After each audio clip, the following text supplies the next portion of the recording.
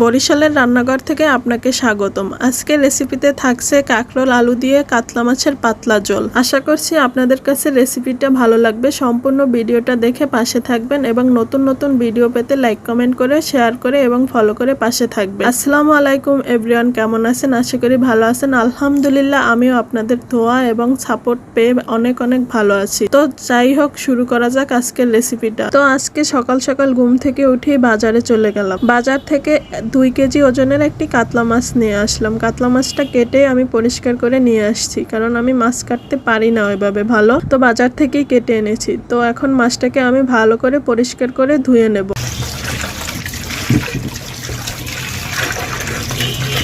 লবণ এবং হালকা কুসুম গরম পানি দিয়ে ধোয়া হয়ে গেছে। তো আজকে রান্না করতে এতগুলো মাছ আমার লাগবে না। আমি 2 ভাগ করে নিলাম, 1 ভাগ ফ্রিজে রেখে দেবো আর 1 ভাগ রান্না করব। তারপরে আমার বাসার আঙিনায় কিছু কাঁকরোল গাছ লাগিয়েছিলাম, সেখান থেকে কিছু কাঁকরোল পেড়ে নিয়ে এসেছি। আর এই ফাঁকে এদিক থেকে আমি কাঁকরোলগুলো কেটে নেব। অবশেষে আমার কাঁকরোলগুলো কাটা কমপ্লিট হলো। এবার আমি 3টে আলু কেটে নেব এর সাথে, তাহলে একটু বেশি স্বাদ হবে তরকারিটা, আর তরকারির ঝোলটাও একটু ঘন আসবে। কাটাকাটি কমপ্লিট করার পরে আলু আর কাঁকরোল একসাথে মিশিয়ে আমি সুন্দর করে ভালো করে ধুয়ে নেব।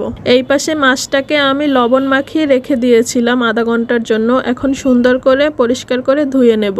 এরপরে আমি কুচি করা পেঁয়াজ, আদা, রসুন এগুলো পাটায় মিহি করে বেটে নেব। আপনারা চাইলে ব্লেন্ডারও করতে পারেন। অবশেষে আমার পেঁয়াজ, রসুন, আদা বাটা কমপ্লিট হলো। এবার আমি যে ধুয়ে রাখা মাছগুলো রেখে দিয়েছিলাম, বাজার জন্য আমি হলুদের গুঁড়ো, মরিচের গুঁড়ো এবং স্বাদ মতো লবণ দিয়ে মেখে নেব ভালো করে। তারপরে আমি চুলায় ফ্রাই প্যান বসিয়ে তেল দিয়ে দিলাম। তেলটা গরম হয়ে গেছে। এবার আমি মশলা মাখা মাছগুলো তেলের উপর দিয়ে দেব।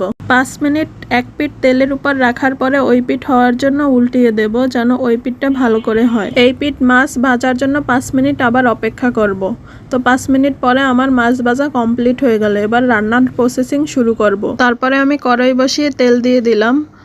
তেলটা গরম হওয়ার সাথে সাথে পেঁয়াজ, রসুন, আদা বাটা দিয়ে দেব।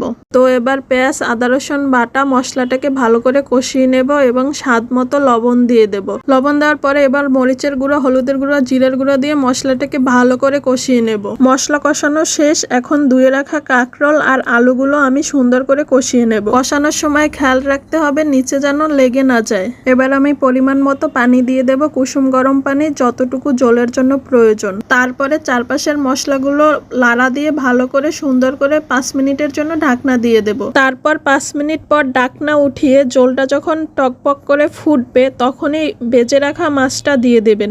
তাহলে কিন্তু মাছটা বেশি স্বাদ লাগে গরম পানিতে দিলে।